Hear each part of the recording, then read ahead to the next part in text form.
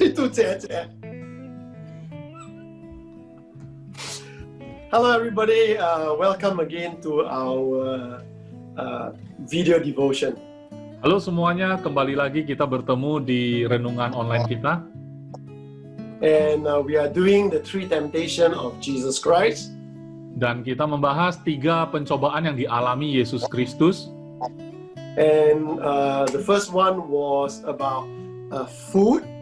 The devil asked Jesus to turn the stone into bread. Yang pertama, Yesus dicobai tentang makanan, food, makanan.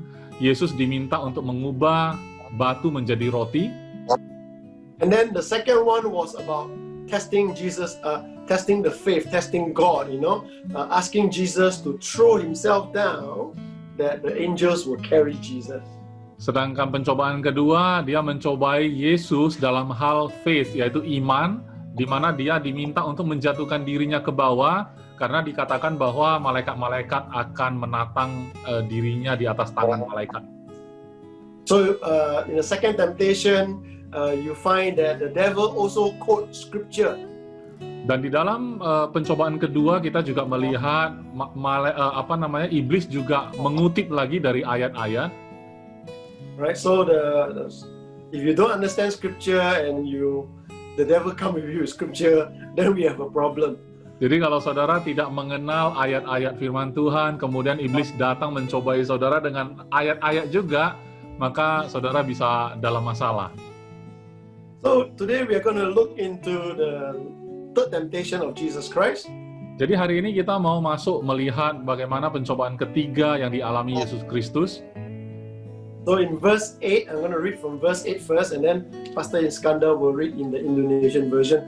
Reading from verse 8. Verse 8, again the devil took him to a very high mountain and showed him all the kingdoms of the world and their splendor.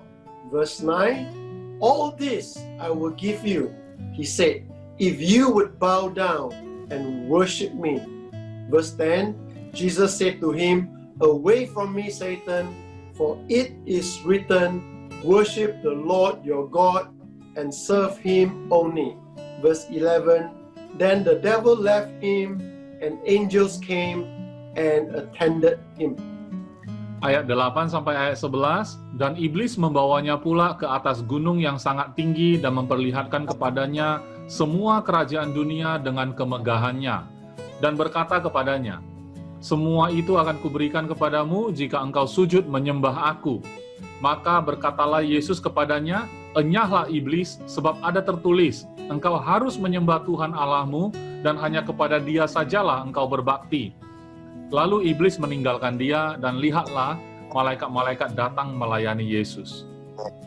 So you find that the third temptation is what I would call the temptation of fame. Nah, di pencobaan ketiga yang dialami oleh Yesus Kristus ini, saudara bisa melihat Yesus dicobai dalam hal fame, yaitu ketenaran atau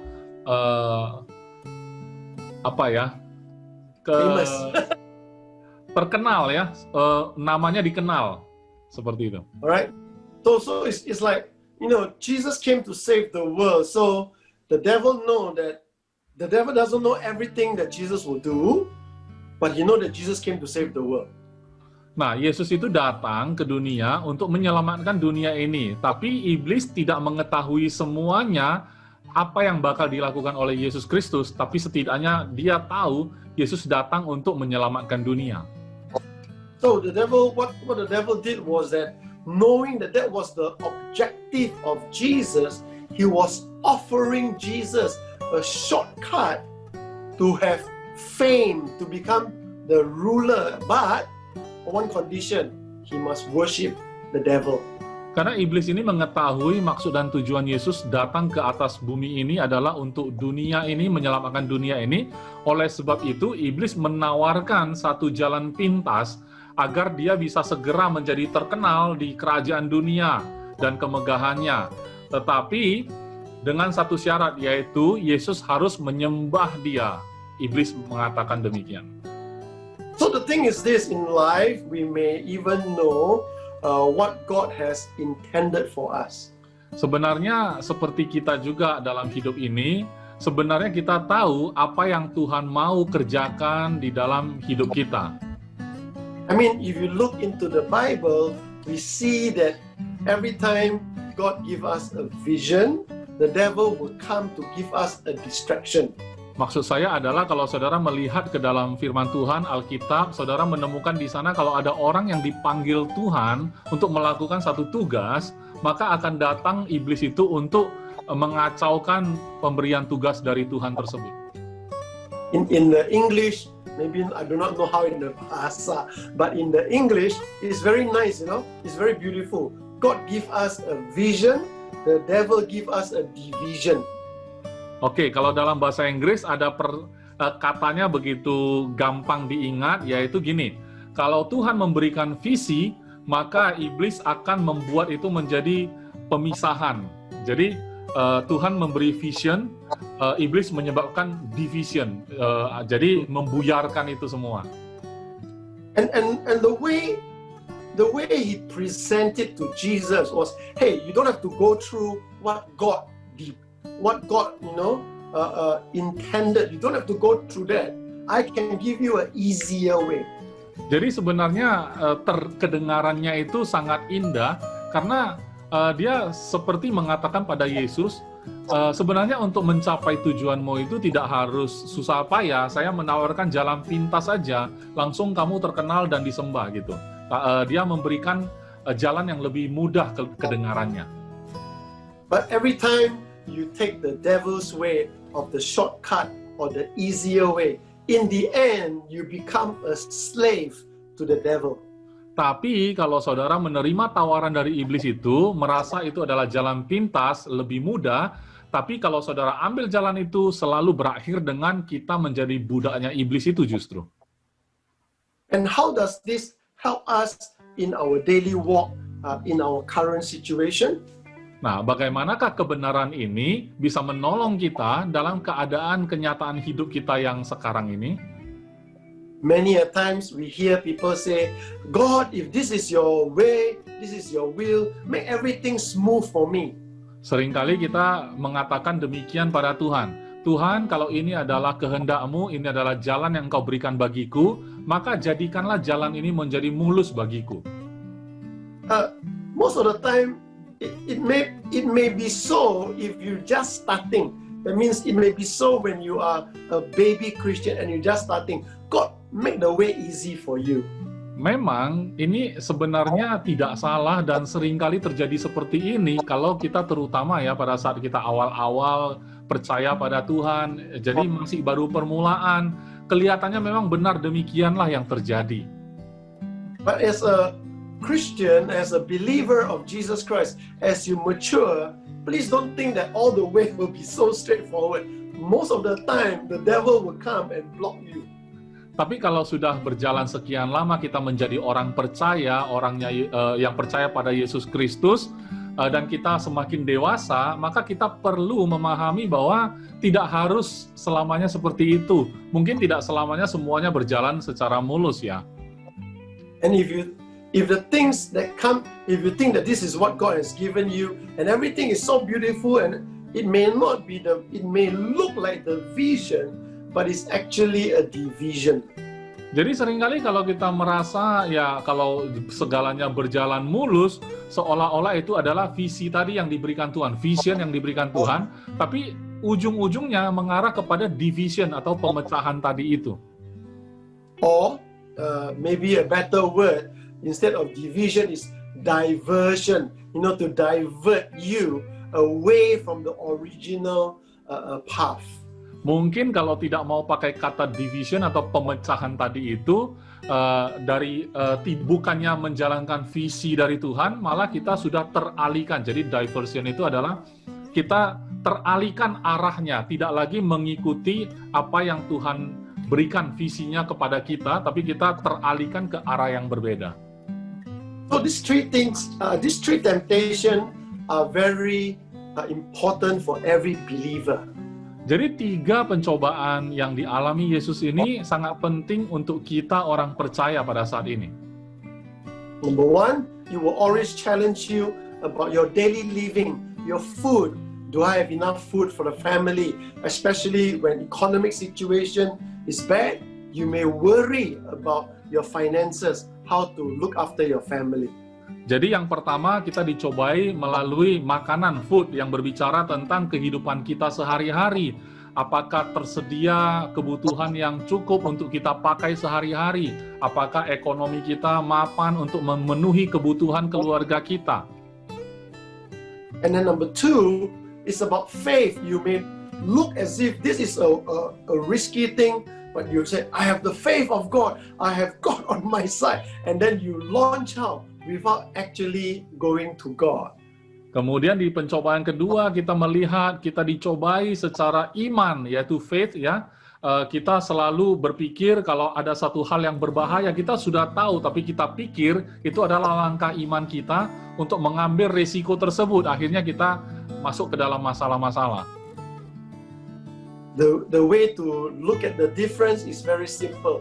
If you are always for it, yes, this is the way. Yes, I know there is risk, but I know God is with me.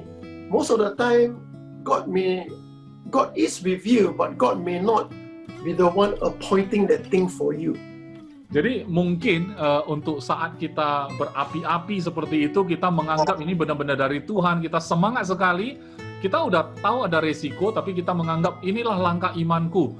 Seringkali kita justru karena itu bedanya, seringkali Tuhan bukan menggunakan cara-cara seperti itu untuk kita. Jadi itu harus menjadi perhatian kita. And then on the other way, most people who God give them the vision, they look at it and say, God, how can? Impossible. Most likely that is the one that God give you. Tapi di sisi sebaliknya lagi, ada juga orang yang sudah diberikan visi oleh Tuhan, mungkin dia merasa tidak yakin, dia malah menjadi takut. Tuhan nggak mungkin lah ini dari Engkau gitu kan. Nah justru kebanyakan itu justru dari Tuhan. And then finally, it's about fame. You know, when you have a vision and you know this is where you're heading to, and the devil comes and says, don't need to go the hard way, go my way. And then you go the easy way because you do not want to be discomfort. Often we become sidetracked.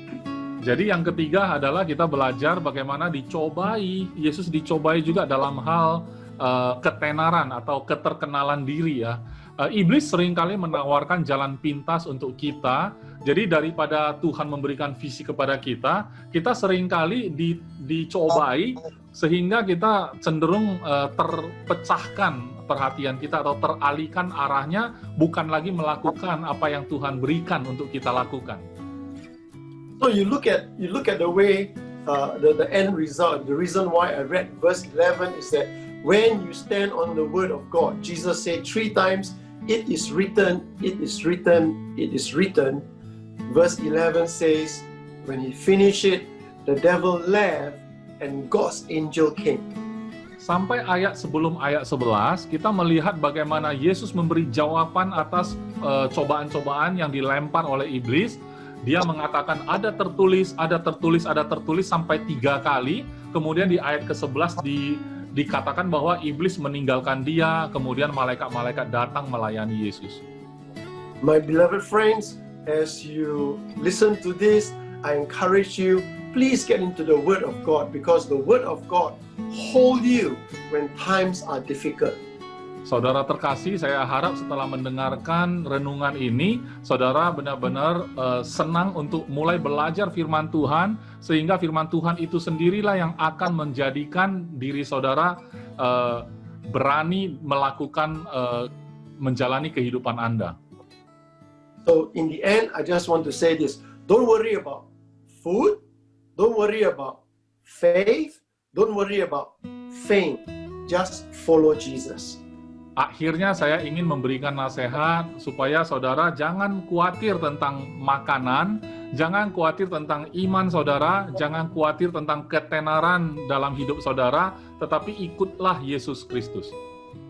Because when you follow Jesus, He will look after you and He will make sure you will finish well with Him.